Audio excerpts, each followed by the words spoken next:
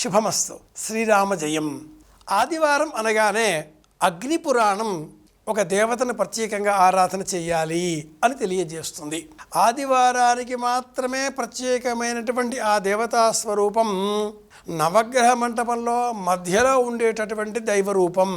ఆదిత్యోర్క రవిర్భాను భాస్కరశ్చ దివాకర మార్తాండ సవితాకేళి ఇలాంటి నామాలతో నిఘంటువు సూర్య భగవానుడిని ప్రత్యేకంగా సంబోధించేటటువంటి క్రమాన్ని మనకు తెలియజేస్తుంది.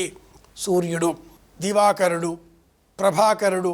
ఆ సూర్యుడిని స్తోత్రం చేసి కృష్ణ పరమాత్ముడి కుమారుడు వ్యాధిని పోగొట్టుకున్నాడు. అతడి పేరు సాంబుడు. ఆ సూర్యుడిని స్తోత్రం చేసి ఒకానొక చక్రవర్తి పరమాద్భుతమైనటువంటి బంగారాన్ని అందించేటటువంటి మణిని పొందాడు. ఆ చక్రవర్తి పేరు సత్రాజిత్తు. ఆ మణి శ్యమంతకమణి. ఆ సూర్యుడిని స్తోత్రం చేసి ఒకానొక రాజకుమారి సంతానం పొందింది. ఆ రాజకుమారి కుంతీదేవి, ఆ సంతానం కర్ణుడు. ఆ సూర్యుడిని స్తోత్రం చేసి మనమంతా కూడా ఆరోగ్యాన్ని పొందగలుగుతున్నాం. ఆ సూర్యుని కుమార్తె యమున. ప్రస్తుతం యమునా నదికి పుష్కరాలు. ఏ రాశిలో బృహస్పతి సంచారం ఉంటే ఆ రాశికి సంబంధించిన కోణములో ఉండే నదికి పుష్కరాలు. 12 నదులకు ఇలా పుష్కరాలు ఉండగా ప్రస్తుతం బృహస్పతి సంచారం కర్కాటక రాశిలో ఉన్న నేపథ్యంలో యమునా నదికి పుష్కరాలు. ఈ యమున సూర్యుని సంతానం. ఈ నేపథ్యంలో ఆదివారం సూర్యుడిని ఆరాధన చేసి మన ఇంటిలో మనం చేసేటటువంటి స్నానమే యమునా నది పుష్కరాలలో ఆ నదిలో చేసే పుష్కర సమానంగా భావన చేస్తూ ఇంటిలో ఒక బకెట్టులో నీరు పోసి ఆ నీటిలో పసుపు, కుంకుమ, అక్షింతలు ఉంచి ధేను ముద్ర బొటనవేలు, రవి ఉంగరం వేలు. ఈ ఉంగరానికి సూర్య భగవానుడు, ఈ వేలుకు సూర్య భగవానుడు అధిపతి, ఈ వేలుకు శుక్రుడు అధిపతి, ఈ వేలుకు శనైశ్వరుడు అధిపతి. యమున శనికి సోదరి కూడా, సూర్యుని కుమార్తె. ఇలా బొటనవేలు, మధ్యవేలు, ఉంగరం వేలు సూర్యుడు. ఈ మూడింటిని ఇలా కలిపితే ఈ ముద్రకు ధేను ముద్ర అని పేరు.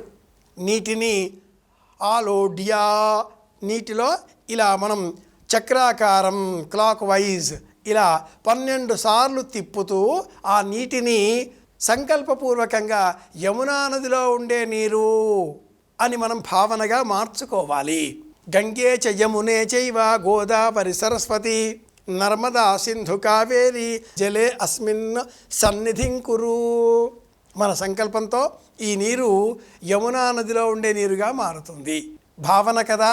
ఇలా మనం ఆ నీటిని ఇలా వృత్తాకారంగా తిప్పుతూ ఆ తదుపరి ఒక్కసారిగా మనం నమస్కారం చేస్తూ ఆ నీటిని గోవిందేతి సదా స్నానం, గోవిందేతి సదా జపం, గోవిందేతి సదా ధ్యానం, సదా శ్రీ గోవింద కీర్తనం స్నానం చేయాలి. గోవింద గోవింద గోవింద.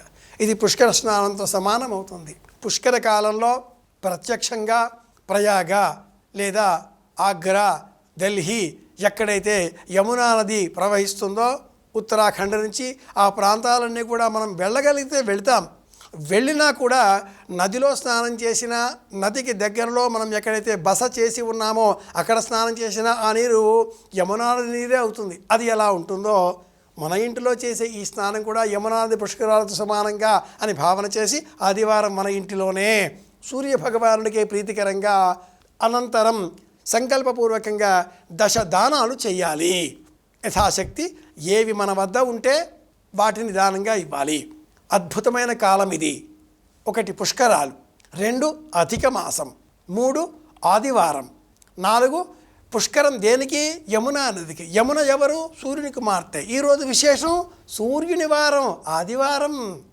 పైగా తిథి సప్తమి. 5వ విశేషం భాను సప్తమి.